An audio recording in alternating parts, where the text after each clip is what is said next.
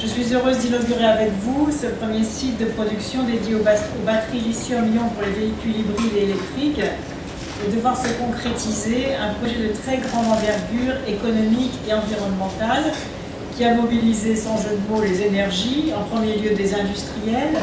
mais aussi donc des collectivités territoriales comme nous venons de le voir, la région Poitou-Charentes ayant pour sa part apporté une subvention de 500 000 €. À l'heure où le prix des carburants et de l'ensemble des énergies fossiles augmente fortement et pèse de plus en plus sur le pouvoir d'achat des ménages, à l'heure où l'urgence environnementale se fait si durement sentir, nous pouvons nous féliciter collectivement que ce soit ce territoire et la région Poitou-Charentes et le site de Nersac, Monsieur le maire, qui accueille aujourd'hui la première ligne industrielle occidentale pour la fabrication en série de batteries lithium pour véhicules hybrides et électriques. Reste à mettre au point le véhicule électrique, bien évidemment. Il y a là un marché mondial considérable et j'espère aussi que nous prendrons des initiatives dans cette direction-là. J'en suis d'autant plus heureuse que nous nous étions mobilisés pour défendre le site de Nersac en allant voir les dirigeants de l'entreprise pour pousser en avant l'innovation. C'est vrai que nous venons de voir là, à l'instant les salariés de la fabrication des anciennes batteries. Nous espérons aussi que l'innovation et la région est prête à encourager, à accompagner des projets de mutation pour maintenir les emplois. Je pense en particulier au marché considérable du recyclage des batteries que nous devons absolument développer, puisque comme les réglementations vont aussi se durcir sur la question du recyclage, je crois qu'il y a là non seulement matière à continuer l'innovation dans les batteries anciens modèles, mais aussi à développer de nouvelles filières éco-industrielles à partir des fabrications anciennes qui, on le sait, sont durement concurrencées par la Chine. Mais cela ne nous empêche pas de continuer l'imagination, l'innovation et surtout nous souhaitons que la construction de ce pôle, ici où nous sommes tous très fiers, ne s'accompagne pas de la disparition de l'ancienne usine, mais qu'au contraire nous puissions là aussi, et je le répète, la région est prête avec son fonds d'aide à l'innovation à accompagner et à imaginer une mutation de cette production, je le répète, dans le domaine du recyclage, parce que je suis convaincue que dans ces filières, il y a beaucoup d'emplois à créer, que nous pouvons et que nous avons la capacité d'avoir un coup d'avance sur ces questions. Cela démontre aussi la compétence et les talents des femmes et des hommes, Madame la directrice, je ne vous ai pas salué, qui travaillent dans cette entreprise, et la confiance qui leur est donnée par les dirigeants de Johnson et Saft. Cela illustre aussi, je voudrais rendre hommage à l'agilité de votre entreprise, qui s'est montrée capable de fédérer des connaissances et des expertises de son domaine pour ouvrir la voie d'une révolution automobile et énergétique. Cela reflète aussi la richesse des savoir-faire d'une région. Je salue les chefs d'entreprise ici présents, qui emploient 7600 salariés dans la construction des véhicules automobiles, dans plus d'une centaine d'établissements si l'on compte les sous-traitants, d'une région où la recherche dans le secteur de l'automobile, je sais la présence de M. Guévaux, pèse presque 1/5 de la recherche nationale. Cela montre aussi l'importance de la mise en réseau des compétences et des expertises qu'accomplissent les acteurs économiques avec le soutien de la région. Cela témoigne enfin de notre capacité collective à associer innovation, formation, recherche et industrialisation pour réaliser des projets tournés vers le progrès et créateurs d'emplois. Un progrès environnemental, un progrès économique, un progrès social aussi pour l'emploi.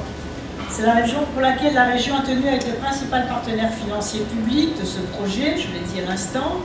L'inauguration de ce site est très symbolique,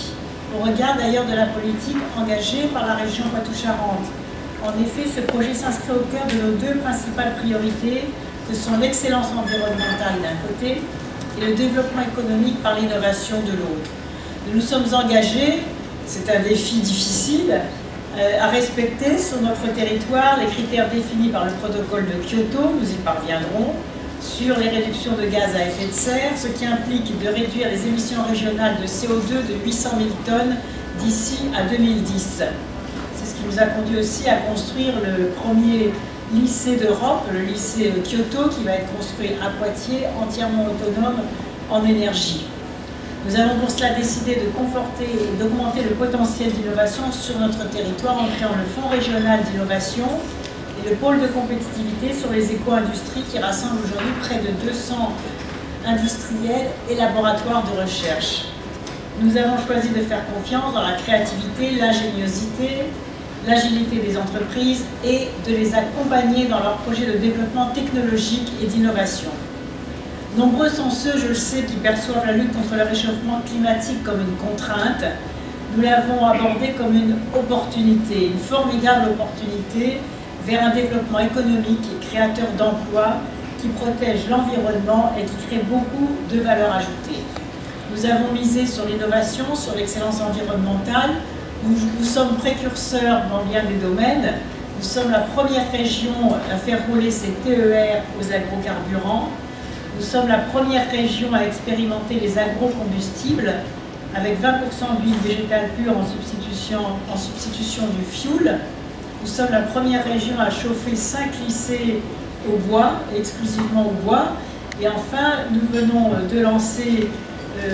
des appels à projets sur les éco-constructions et nous sommes la première région à avoir subventionné du logement social en éco-construction avec des énergies renouvelables. Nous venons en début de semaine de lancer un plan en faveur de la production d'énergie photovoltaïque en région et je profite de la présence des industriels et peut-être de vous-même pour lancer un appel afin que soit construite en région une usine qui fabrique des panneaux photovoltaïques et des panneaux solaires parce que cet appel à projet va créer un marché, il y a un marché considérable, il y a insuffisamment de fabricants dans un marché qui est en pleine expansion. Cet appel à projet va permettre d'accélérer les équipements photovoltaïques pour les entreprises, comme pour les particuliers, comme pour les bâtiments publics,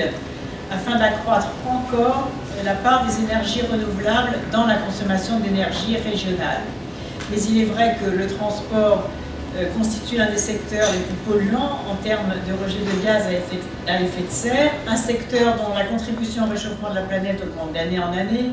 en dépit du renforcement des législations environnementales. C'est pourquoi le site que nous inaugurons aujourd'hui est particulièrement important, non seulement en termes symboliques, mais en termes de démonstration anticipatrice de ce que nous avons tous à gagner à relever intelligemment ce défi de la protection de la planète,